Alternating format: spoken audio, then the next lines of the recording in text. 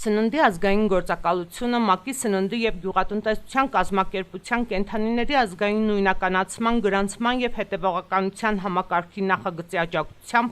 փոխհատուցում է տրամադրել Սիբիրախտից մահացած կենդանու տիրոջը։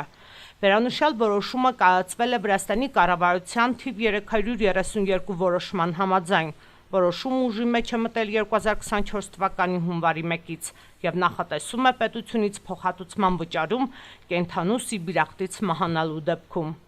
Խոշոր եղջյուրավոր անասունների անկման փաստը գրանցվել է այս տարվա հունիսին Քոբուլեթիի մունիցիպալիտետի Օչխամաուրի շրջանում։ Սննդի ազգային գործակալության Աջայրիայի տարածաշրջանային բաժնի անասնաբույժերը ստացված տեղեկատվության հիման վրա նշված մունիցիպալիտետի խոշոր եղջյուրավոր անասուններից վերցրել են ախտաբանական նյութ և ուղարկել հավատարմագրված լաբորատորիա։